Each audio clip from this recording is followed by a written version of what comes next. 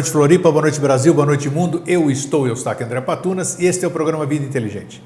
Bem, semana passada vocês viram, né? Foi algo maravilhoso, tivemos muitas surpresas aqui no Vida Inteligente, foi a comemoração dos 10 anos dos Mosaicos do Novo Ciclo, a série Mosaicos do Novo Ciclo, aquela que o Jorge Antônio Ouro participa, e foi muito gratificante receber tantas, como é que se diz, tantos eflúvios, tantos obrigado, tantas gratificações e inclusive também as visitas que nós recebemos aqui. Gente de Caxias do Sul, gente de Jaú em São Paulo, gente do Vale do Paraíba, gente de todos os cantos, 15 pessoas que estiveram aqui conosco, congraçando, simplesmente saíram de seus locais de trabalho, suas residências, pegaram um avião, outros meios de locomoção, vieram até o Vida Inteligente, se instalaram, assistiram o Vida Inteligente, foram para o hotel e foram de volta para suas casas. Então isso é maravilhoso, isso é fantástico.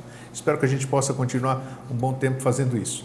Bem, hoje eu vou direto à questão, porque o nosso assunto é deveras importante aqui hoje. Sempre o Vida Inteligente já tem quase, nesse tempo todo, nós temos quase 30 e poucos programas alusivos à saúde, que eu acho muito importante a gente falar. Já falamos sobre diversas áreas da saúde, diversos ramos da medicina, psicologia, são coisas que são necessárias, porque muitas vezes vocês assistem essas entrevistas na televisão e são muito técnicas, o entrevistador interrompe muito, tem outros convidados, então o profissional nunca pode passar a sua ideia por completo. Então a gente aqui tem 1 hora direto, sem intervalos, então nós podemos explorar bem o assunto.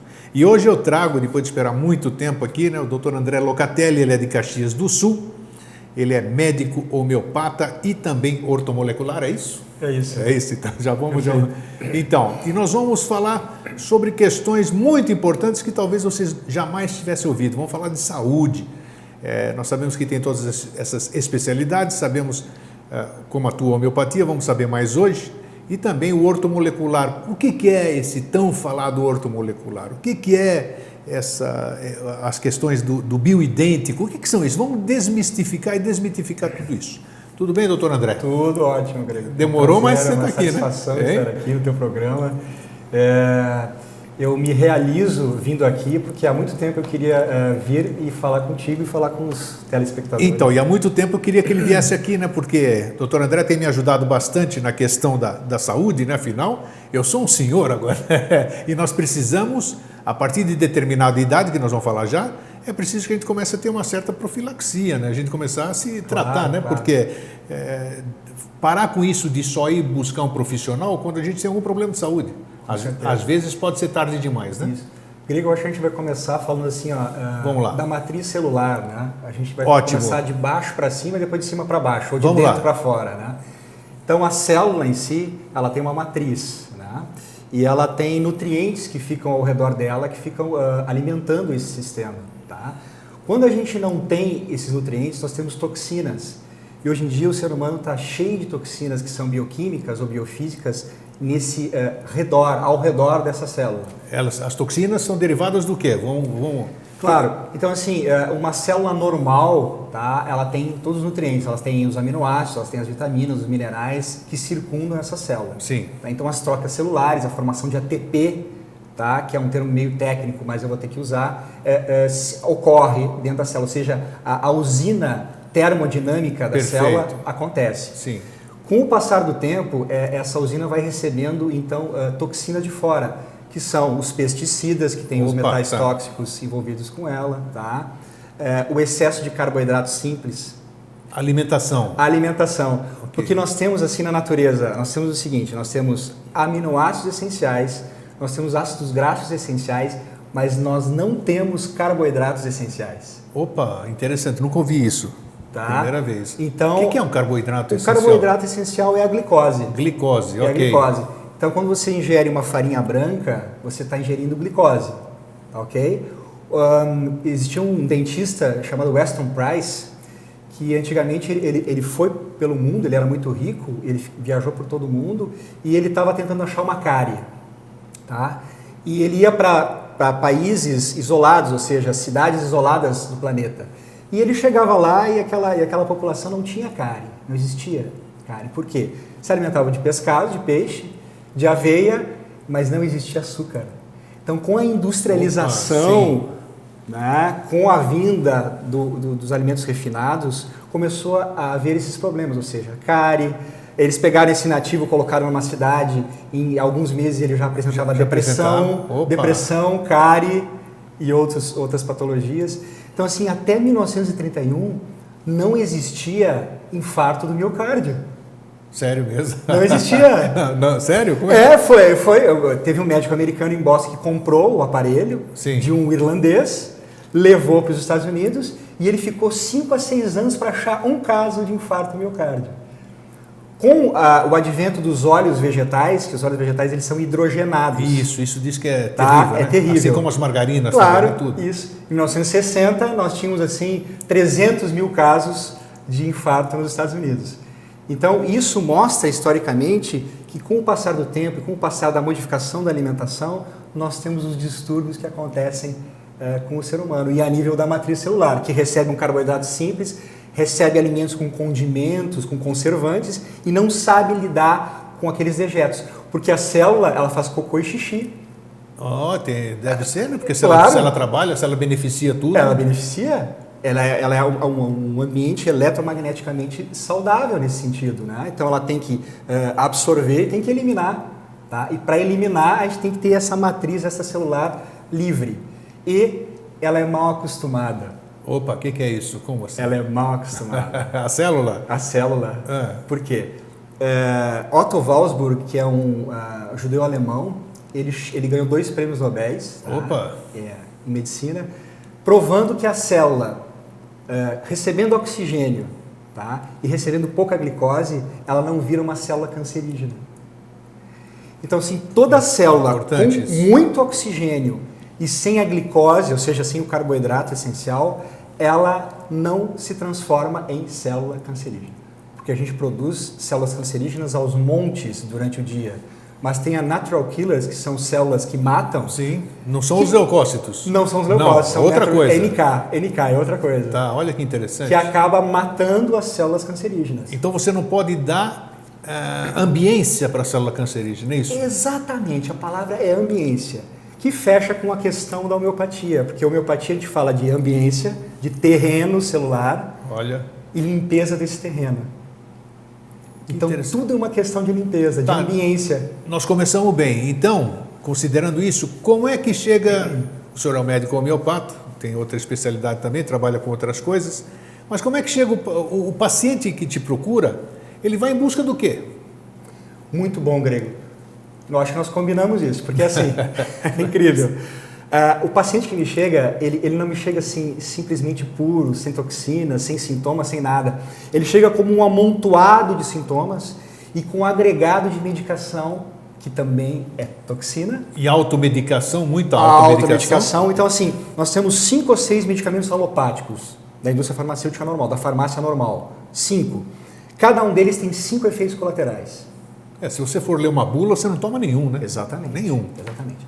E existe uma regra da indústria farmacêutica, que é o seguinte: nós temos 17 anos para formar uma patente. Tá? Sim. Você forma a patente, você tem 17 anos para vender esse medicamento no mercado. Sim, tá? Antes que a patente vire pública, Isso, né? Exatamente. Só que o problema é que para você montar essa patente, você tem que criar uma substância que não exista na natureza. Exato, isso. Então você tem que modificar o radical, um exemplo disso é o estradiol, das pílulas anticoncepcionais. Tá. Então você tem o etinil-estradiol, que faz parte da pílula, do componente da pílula. Então a mulher está tomando algo que não é próprio dela.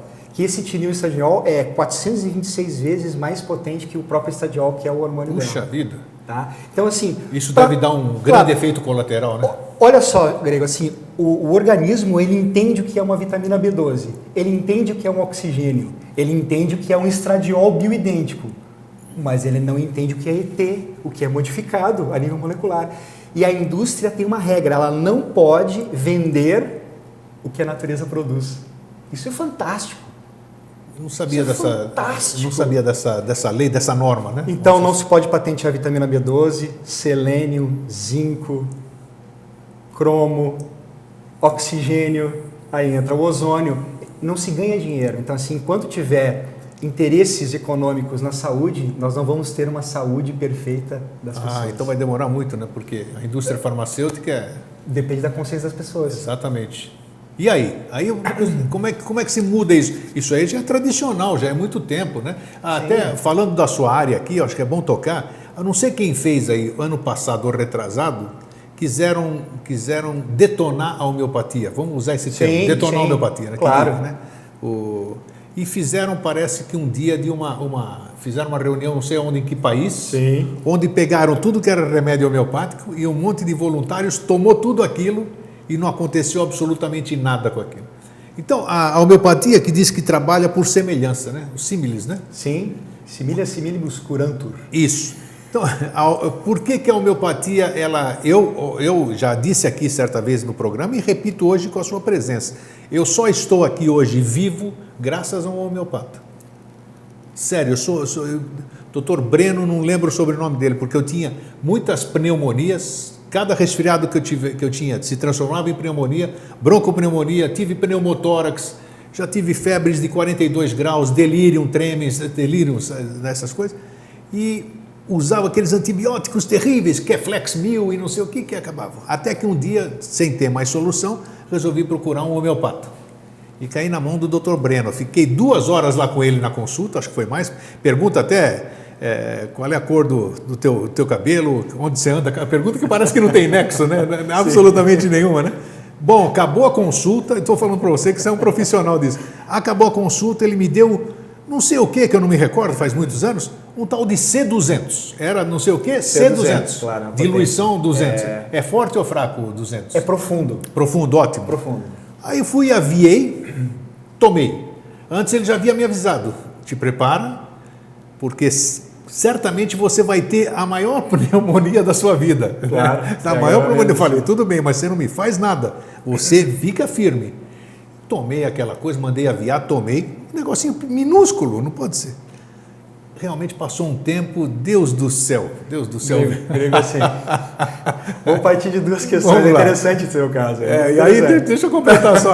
Aí eu tive, 42 de febre, me doía tudo. Eu ligava, Breno, eu vou morrer. E não, você aguenta aí, não toma nada.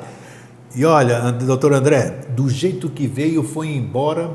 Já se passaram quase 40 anos e eu estou aqui firme e reconheço que foi graças a ele. Claro. Nunca mais eu tive absolutamente nada com uma coisinha C200. Ou seja, a anamnese correta leva praticamente à cura.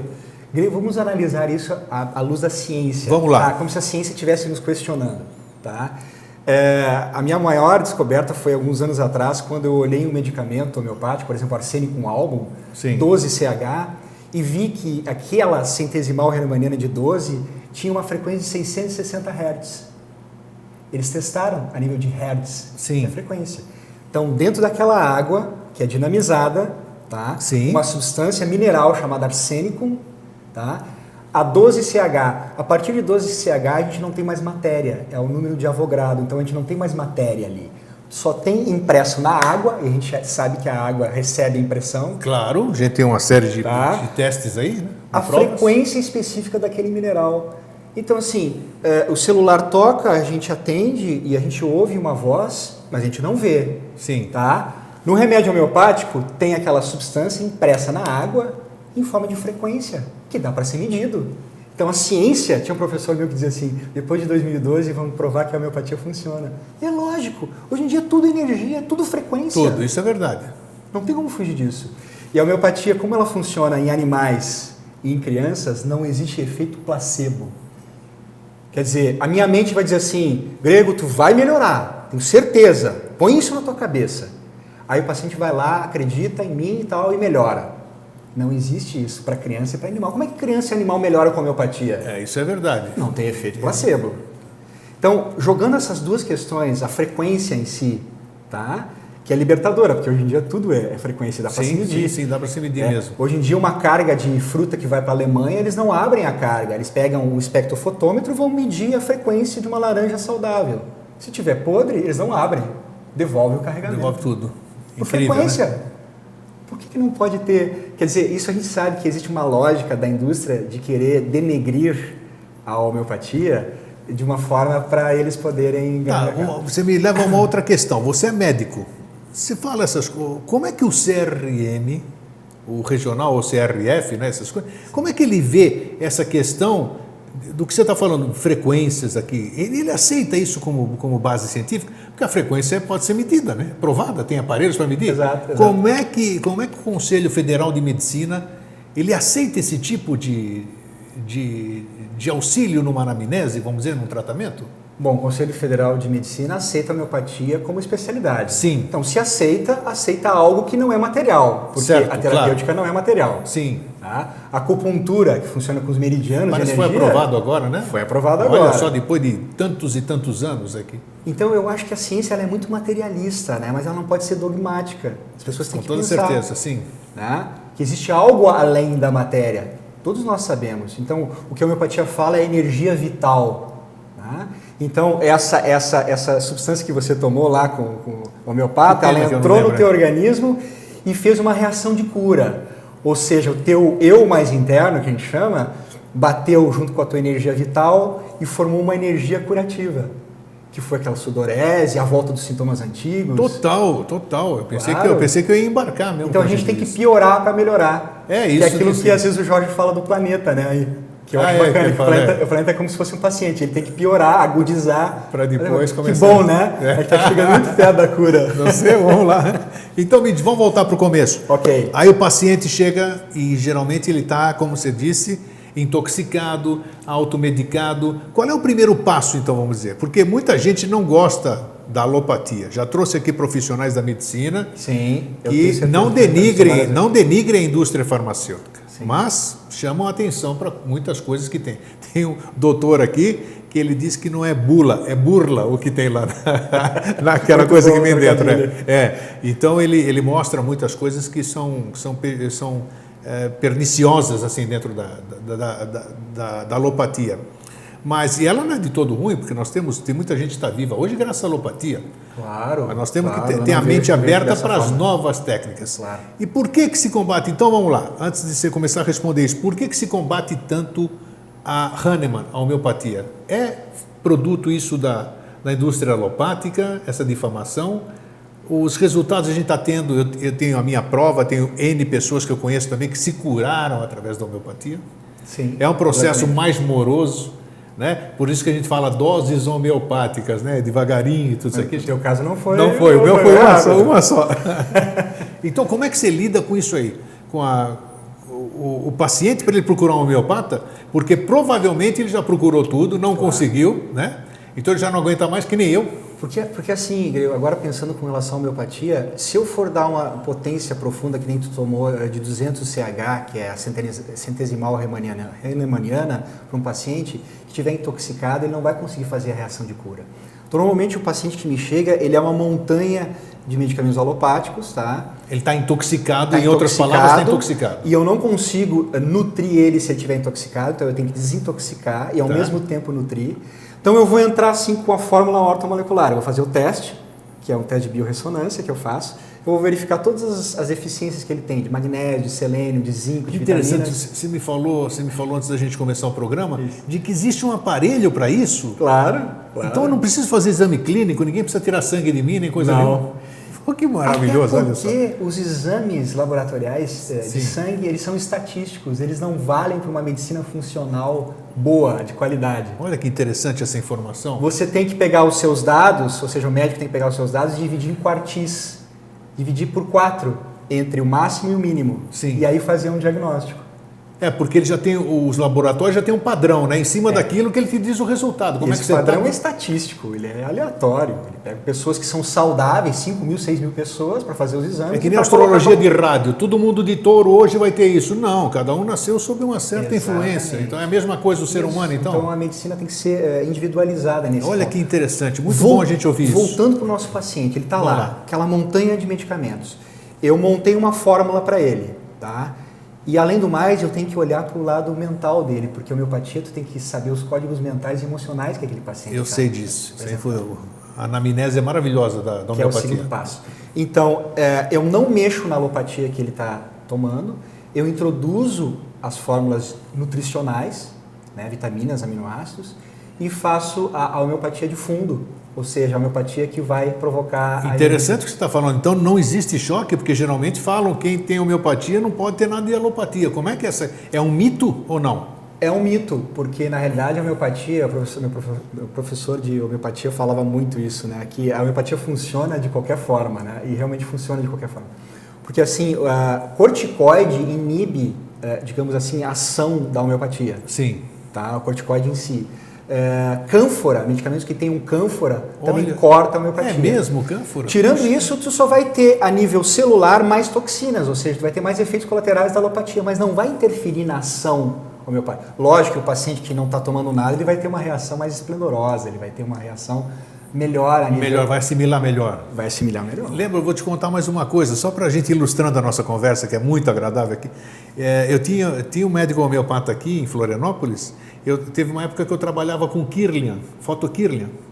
E esse médico homeopata, posso falar o nome dele, Dr. Ricardo de Bernardi, é um famoso aqui, ele mandava os pacientes dele para mim, depois da coisa, eu tirava uma foto Kirlian antes da pessoa tomar o medicamento, aí ela tomava, ficava 15, 20 minutos ainda na minha sala, e logo depois a gente tirava a nova foto. Fantástico. Então era evidente, porque as pessoas gostam de prova, né? Eu quero saber o que eu estou tomando, se está funcionando ou não. Claro. E você não imagina as diferenças. Claro. E ele usava isso cientificamente para mostrar para o próprio paciente. Então é uma coisa fantástica, que a gente pode registrar isso.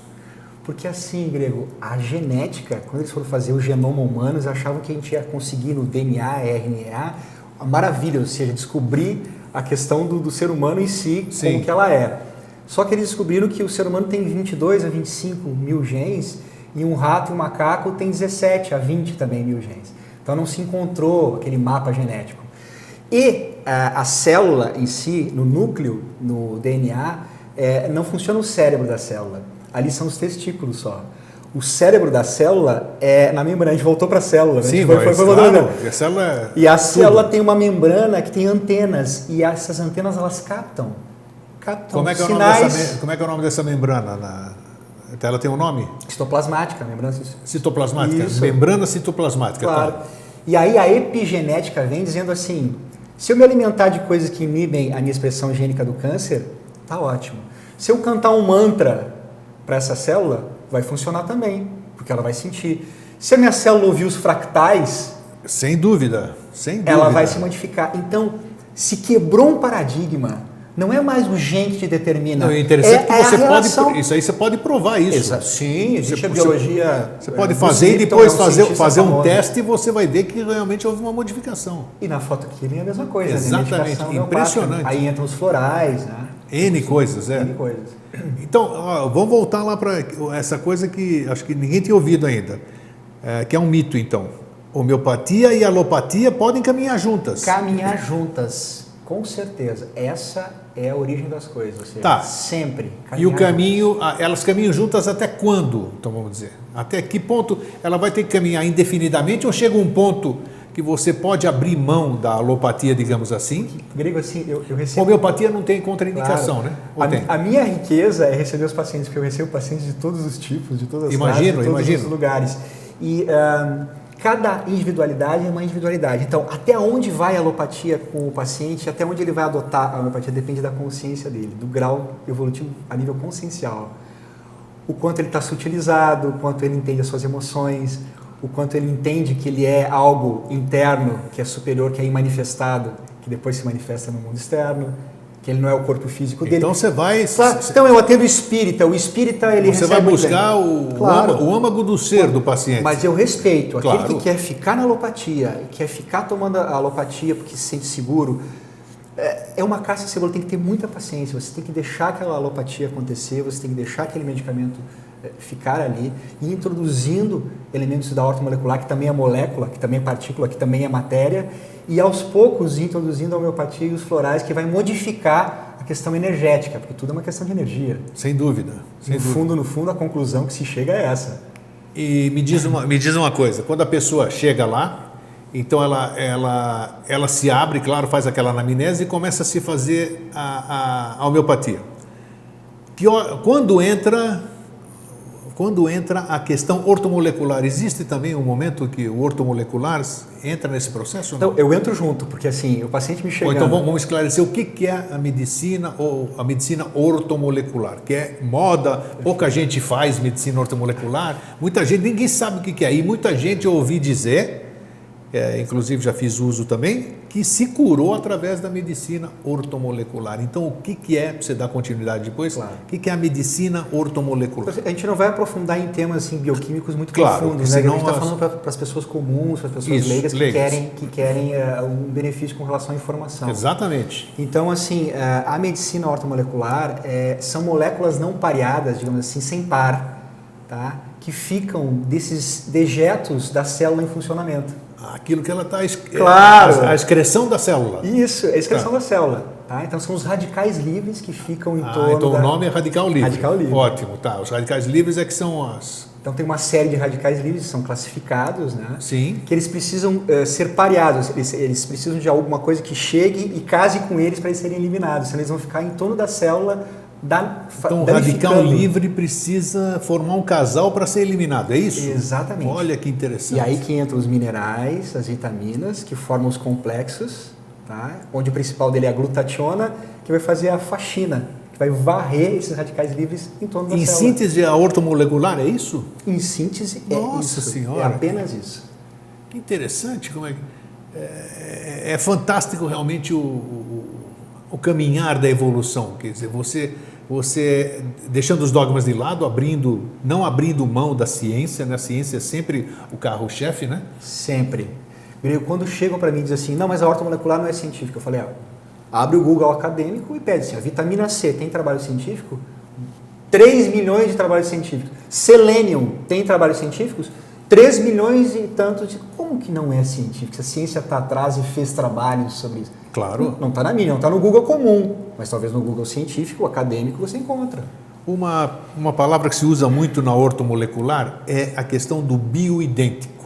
Isso. Existe, eu entendo na qualidade de leigo, por exemplo, eu estou numa idade de 64 anos. Sim. Os meus hormônios já não são os mesmos da minha juventude. Sim. Então eu tenho que repô-los, não é apenas o homem pensa em questão de virilidade, essas coisas, mas é questão de saúde. Saúde. Exatamente. Então a gente percebe que... Aí eu fui ler sobre reposição hormonal. Ler antes de consultar um profissional da saúde. Sim. O que eu li no Google, no pai de todos ali, eu falei, eu vou ficar velho, não vou fazer nada e estou acomodado, porque as contraindicações, os riscos que eu corro, injetando o hormônio, sim, ou botando um emplastro de hormônio, de testosterona, essas coisas, eu vi que era melhor eu ficar, sim, deixar a coisa ficar naturalmente, acabou. Aí conheci a medicina bioidêntica, que aí mostra, eu vou deixar o doutor explicar agora, sim, porque o organismo no bioidêntico parece que ele não vê um intruso lá dentro, ele pensa como se fosse alguém de casa. Como é que é isso? Grego, a gente vai voltar para o início da nossa conversa. Célula. Não é esse ponto. É. Um pouquinho mais adiante. Tá. Com relação à indústria farmacêutica. Sim. Tá? A indústria farmacêutica, ela precisa, para patentear, criar algo que não existe. Então, uma testosterona, uma metiltestosterona, ela é modificada. Tá? Então ela só vai vender, a indústria só vai vender se tiver uma modificação. Tá? Então na década de 80, 70, 80, se fabricou muitos medicamentos, principalmente estrogênios para dar para as mulheres. Isso. E era retirado de éguas. Tá? Eles davam um diurético para a égua, ela ficava grávida, prenha, um diurético, e retiravam daquela urina os primeiros estrogênios, retiravam e faziam medicamento. Tá? Com o passar do tempo, isso deu problema com relação às mulheres, porque aquilo que tu coloca na boca e o teu organismo não reconhece como natural, ele não sabe o que fazer. Exato. Ele não sabe o que fazer. E ele vai criar efeitos colaterais. Então, existiam cânceres de fígado, né? Aumentou o câncer de útero, aumentou o câncer de mama. E aí a mídia falou assim, isso não serve. Tá? Aí jogaram a criança com a água do banho junto, porque assim, jogaram todos os hormônios, fizeram uma maciça campanha contra os hormônios, né, na mídia, anulando praticamente a questão do uso dos hormônios. As pessoas ficaram assustadas, os ginecologistas assustaram as pessoas, só que desde 1976 existe nas farmácias de manipulação os hormônios bioidênticos, O que é bioidêntico? Ele é a chave exata do teu hormônio. A nível molecular, ele é a criação perfeita do teu hormônio. Então, se você injetar, se você aplicar na pele, que é absorvido na pele, o teu organismo vai aceitar e vai dizer assim, não, ok, então isso eu conheço, então isso eu aceito, não vai ter efeito colateral nenhum. Eu trabalho já há alguns anos com hormônios bioidênticos e nunca vi um efeito colateral com relação ao hormônio bioidêntico. Não existe. E meu organismo vai reconhecer aquilo como alguma coisa dele, claro. E também, ao mesmo tempo, o meu organismo não vai deixar, não vai virar preguiçoso porque ele está recebendo isso? Como é que ele entende isso? Mas aí tem uma técnica muito sutil, que é uma coisa de consultório, porque a gente tem que ver que tipo de idade que a pessoa está. Claro, N fatores, a gente faz um exame de saliva que é muito preciso, que vai te dizer exatamente como que estão os teus hormônios, a testosterona, o cortisol, o estradiol, e aí a partir disso a gente vai montar uma estratégia. Porque assim, a partir de uma certa idade, não adianta estimular as suas células do testículo a produzirem testosterona, elas não vão produzir. Não vão, claro. Já deu para bola, como a gente diz. E a gente não quer o exagero. A gente não está falando assim de um fisiculturista. Sem dúvida. A gente não está falando de músculo. Qualidade de vida.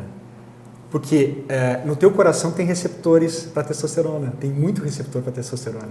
Então, se você perder o teu coração, já se ressente. Toda a tua musculatura se ressente. Tá?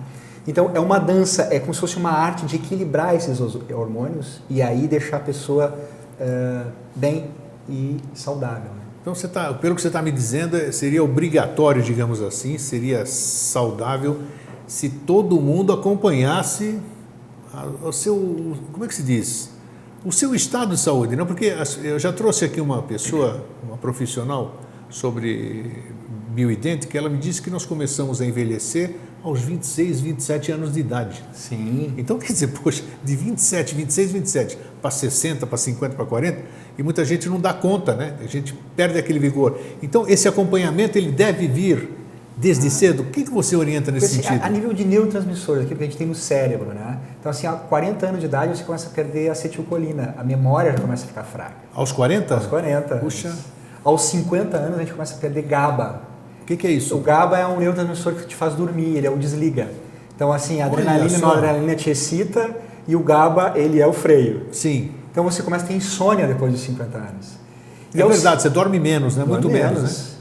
E aos 60 anos você perde a serotonina, que é aquele hormônio do prazer, né? Do tesão da vida, de querer viver, e você começa a perder aos 60 anos. Tá, isso... Então, assim, é uma dança, você tem que ver a nível cerebral o que está acontecendo, você tem que ver a nível glandular o que está acontecendo, e fazer uma média disso tudo e harmonizar o paciente. Harmonizar. Essa é a palavra, harmonização. Isso é importante. Porque não adianta você querer me dar um testosterona para 20 anos de idade, né? Não vai bater com o resto do meu organismo, vamos dizer. Eu conheço um colega médico que tem em torno de 70 anos e ele tem um organismo de 35 anos, ou seja, ele tem um vigor de 35 anos, tá uma capacidade intelectual de 35 anos e está muito bem.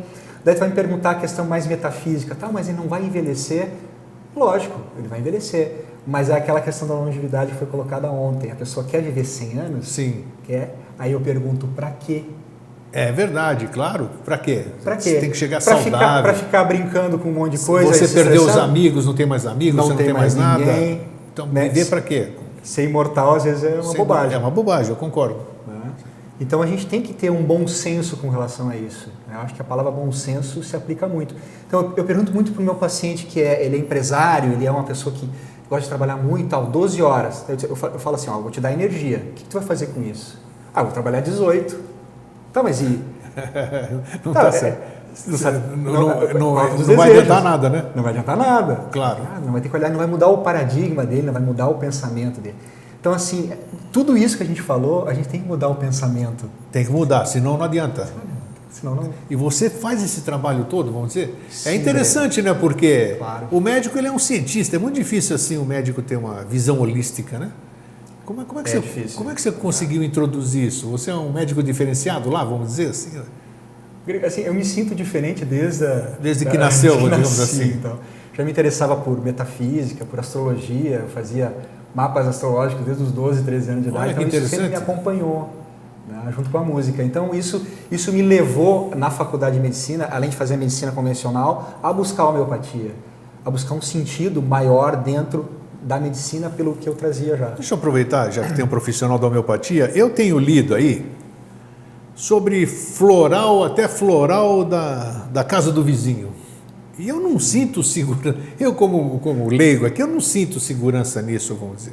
Porque o Bach, o floral de Bach, que a gente você vê que houve estudo, houve uma série de coisas, é conhecido no mundo inteiro, tem uma história, tem um estudo fabuloso. E depois, a partir daí, começaram a surgir floral de tudo quanto é canto. Como o floral eu posso desenvolvê-lo como? Você fala da parte da metafísica, o grego aqui ele pode desenvolver o floral do grego. Eu chego, arrumo uma planta, coloco uma intenção na planta, aprendo como se faz a dinamização, sei lá como é que é o nome do negócio, e lanço um floral. Isso aí vai funcionar? Provavelmente vai funcionar. Vai funcionar. Com certeza. É mesmo? Porque assim, a questão dos ingleses, eles são muito sistemáticos, eles são muito técnicos, né? Então o fundador, que foi o Edward Bach, isso. Ele teve um problema de saúde e ele achou nas plantas a intuição de captar a essência das flores, né? E colocar nos frascos e beneficiar as pessoas. E isso foi bom porque disseminou em todo o mundo a questão das pessoas buscarem por que a flor como essência ela cura as pessoas. E cura através das emoções. A gente precisa curar as nossas emoções. Ah, sem dúvida. Elas são duais. A gente tem alegria e tristeza, como tem dia e noite. As emoções são a maior causa das doenças. Eu fiz uma estatística, os 2 medicamentos que eu mais passo, homeopáticos e florais, é para raiva e mágoa. Eles são campeões. Então a raiva é fogo e a mágoa é uma raiva decantada. Ela vira algo aquático, assim, mais do choro. E a raiva é mais fogo, ela é mais um emocional quente. Então, são campeões. Eu fiz uma estatística. Então, é o natro muriático, o Staphysagra e o Impatiens com o Holly, que são os campeões de prescrição. E funciona? Funciona? Funciona. Porque é uma frequência. Aquela frequência vai bater com a frequência da tua emoção. E aí, a cura, a força vital que está por detrás disso vai vir e vai desbloquear, vai harmonizar a tua emoção. Que bacana, mas aí você precisa ter... A gente falaria de arquétipos, que aí é uma outra conversa. Outra história. E você precisa ter a sensibilidade, claro, de poder ler no paciente essas coisas. Porque isso aí não está escrito em lugar nenhum. Você tem, com aquilo que você falou, você tem que captar no cliente, no paciente, o que ele precisa. Eu vou voltar para o paciente. O paciente muito complicado, chegou no meu consultório 2 semanas atrás, paciente feminina, com uma queixa de insônia, tá?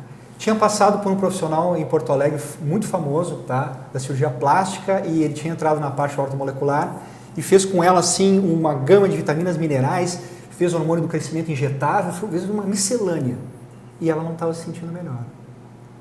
Aí eu perguntei assim: fulana, quando que começou o teu processo? Eu estava na minha casa, aí eu escutei a conversa do meu genro com a minha filha, dizendo que ele não gostava de mim, que me achava uma chata. A partir daquele momento... Pronto. Eu desmoronei. Exato, acontece. Acontece mesmo. Então, esse momentum do trauma, onde foi criado esse trauma, é importantíssimo. Porque a partir daí ela desenvolveu insônia, a partir daí ela não conseguia mais dormir, e eu, através da homeopatia, que ela comprou numa farmácia... Aí, nesse caso, foi homeopatia, não foi floral. Não, porque ela já tinha... Não, foi homeopatia. Foi homeopatia, Tá. Então, a partir desse ponto, a gente fez uma formação homeopática para ela e ela entendeu o processo, ela começou a entender o processo dela. Mas foi a partir da conversa que eu tive com ela. A primeira conversa? Claro, a primeira.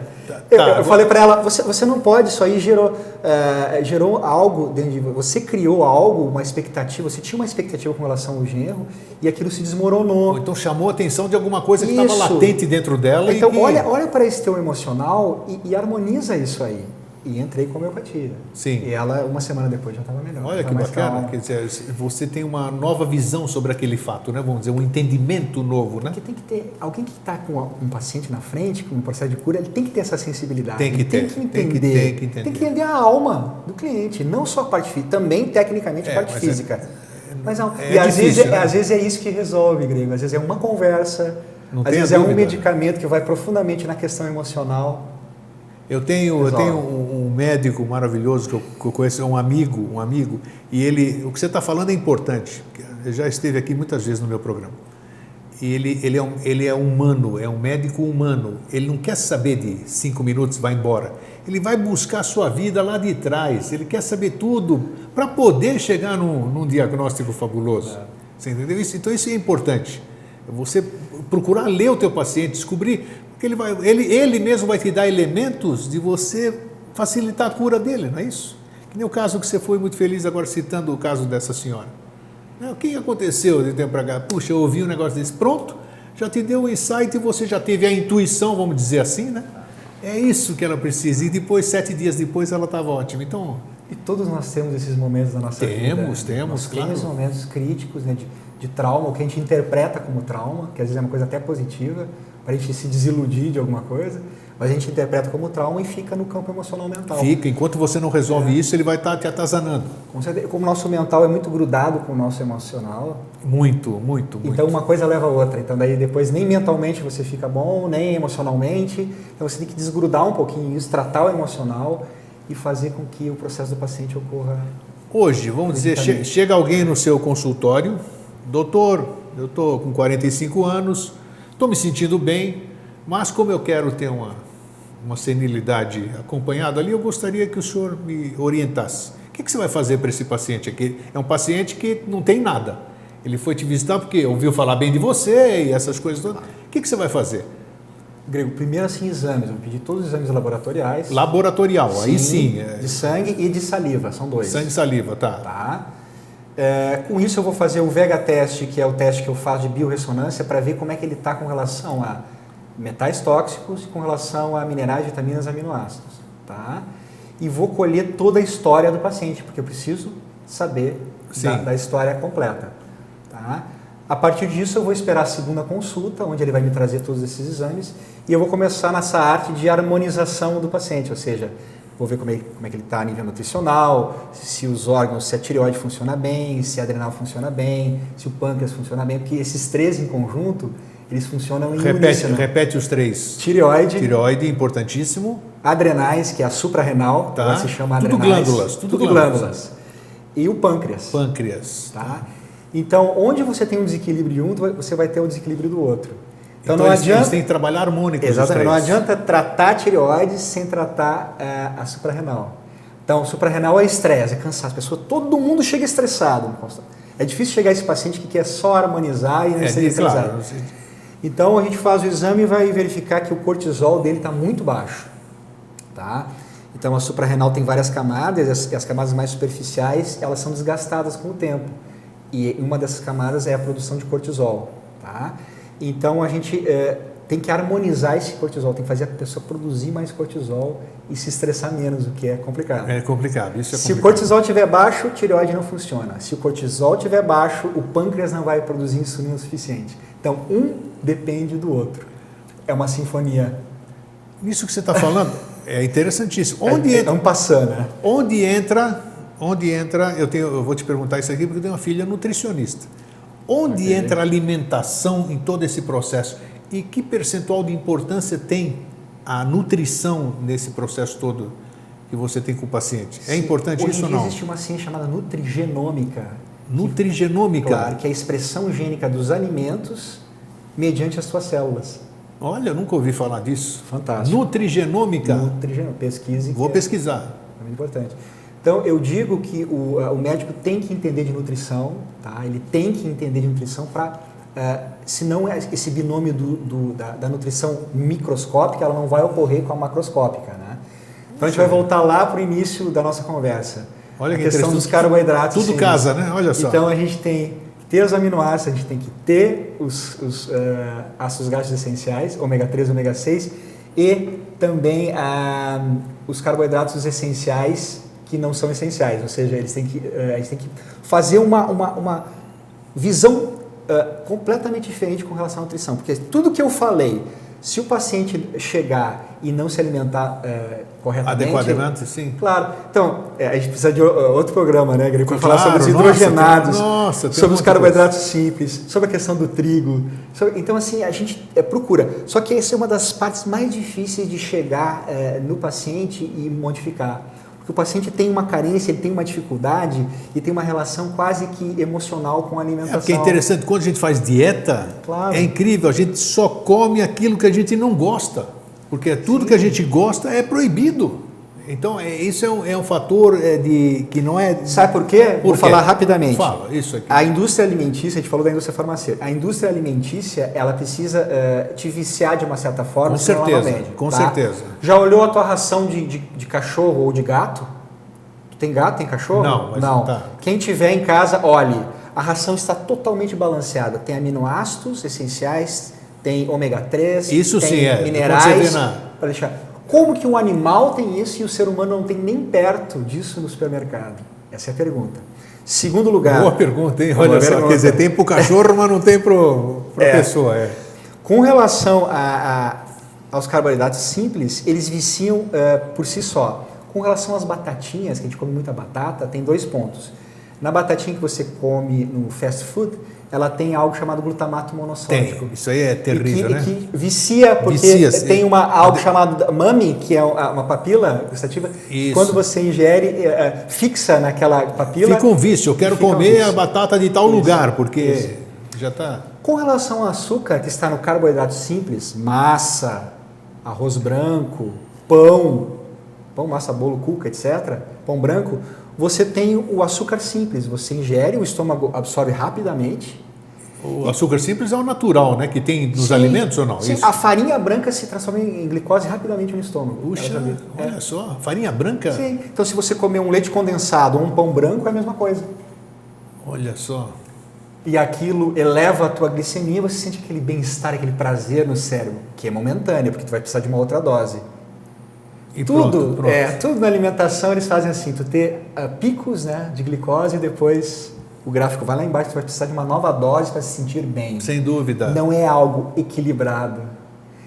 Então o que a indústria quer? Quer que você fique louco, alucinado, estressado, tomando bastante café, que é uma xantina que para te determinado excita. produto e dá aquele prazer, aquele pseudo-prazer. É o que eu tinha quando eu fumava, então, a dopamina. Claro, a dopamina, que me dava um prazer danado. A nicotina substitui a dopamina e a acetilcolina, que aliás nós vamos ter que conversar sobre isso depois. Vamos, nós vamos falar, nós vamos ter outros, você vai ter que voltar aqui, se vira, vem visitar Florianópolis. Eu acho isso importantíssimo, porque com certeza vão gerar muitas perguntas, né?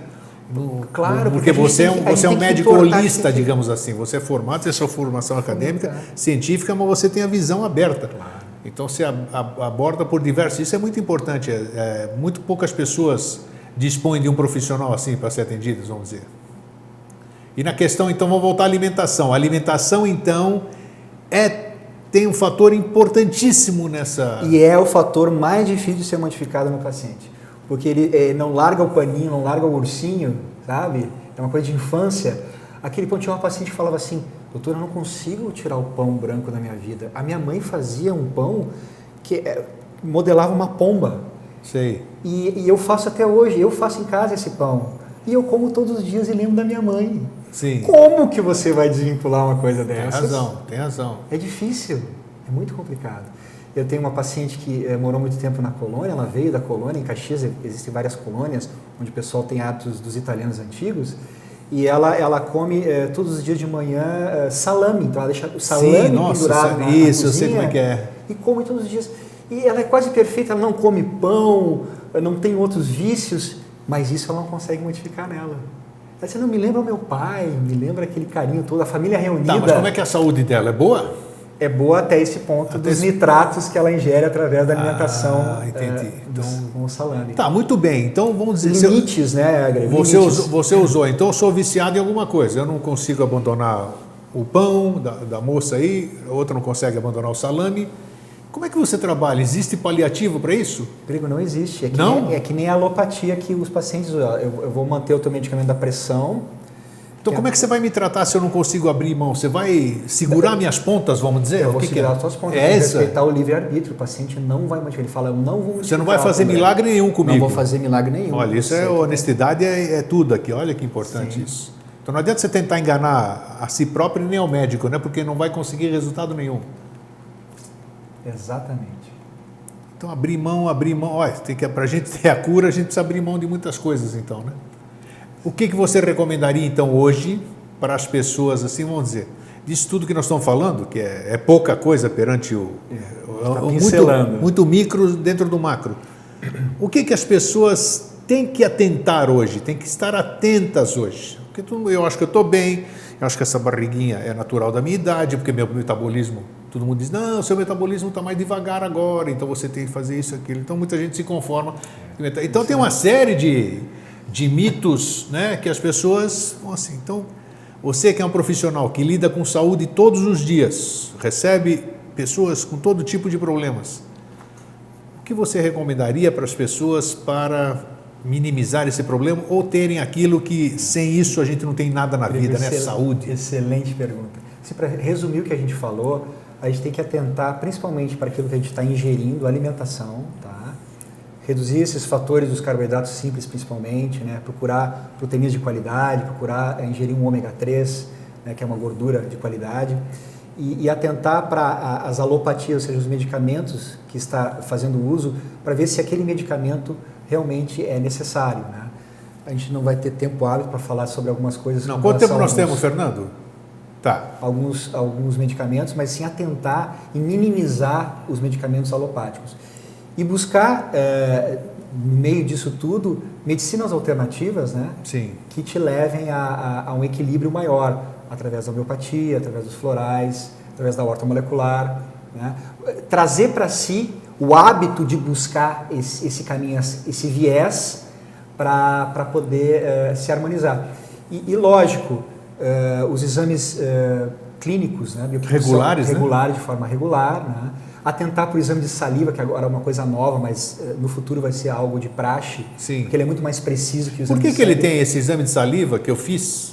E até, por que ele tem diferença, assim, por exemplo, de manhã, de tarde e de noite? Por que você colhe saliva de manhã, de tarde e de noite?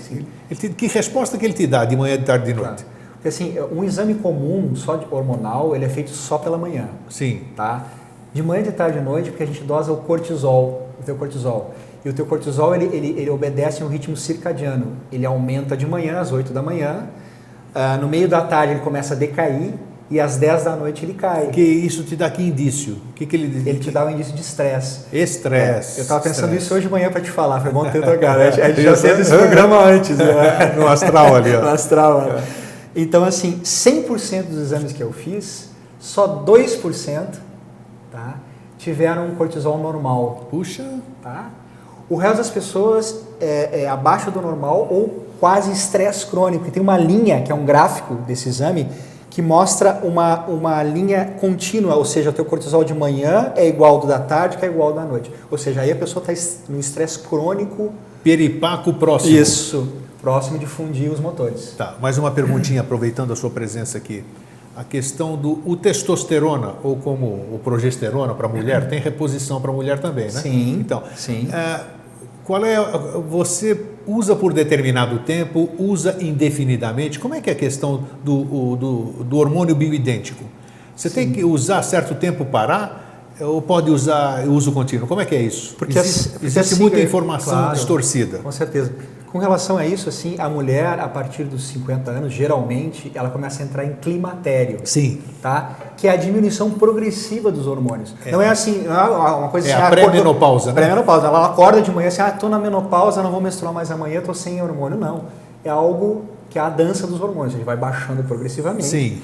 Então, o médico que acompanha essa paciente tem que acompanhar aos 50 anos, essa pré-menopausa, observar essa decaída dos hormônios e tratá-la quando ela chegar próximo dos 60 anos, ou seja, modulando esses hormônios. E a mulher tem a progesterona como hormônio principal. Sim. Logo depois o estrogênio. Estrogênio, e sim. ela tem a testosterona também, como nós temos a progesterona, isso. Os homens. No homem é o inverso da mulher. Exatamente. Tá? Então a progesterona em si, ela é fundamental, tanto que a menopausa da mulher ela é mais progesterônica do que estrogênica. Olha que interessante. Puxa. Tá? E a mulher que toma pílula aos 18 anos de idade, ela já é uma mulher menopausada, porque ela não ovula mais. E no momento da ovulação é que ocorre a liberação da progesterona. Então, se ela não ovula dizer, mais... Ela pode ter dificuldades para ser mãe mais para frente? Com certeza. Putz, olha isso, rapaz. Olha isso. É mesmo? Exatamente. Isso eu nunca ouvi falar. Olha que interessante. Então ela tomou pílula 20 anos, parou e quer engravidar. Ela vai ter dificuldades em engravidar. Com certeza, por falta de progesterona.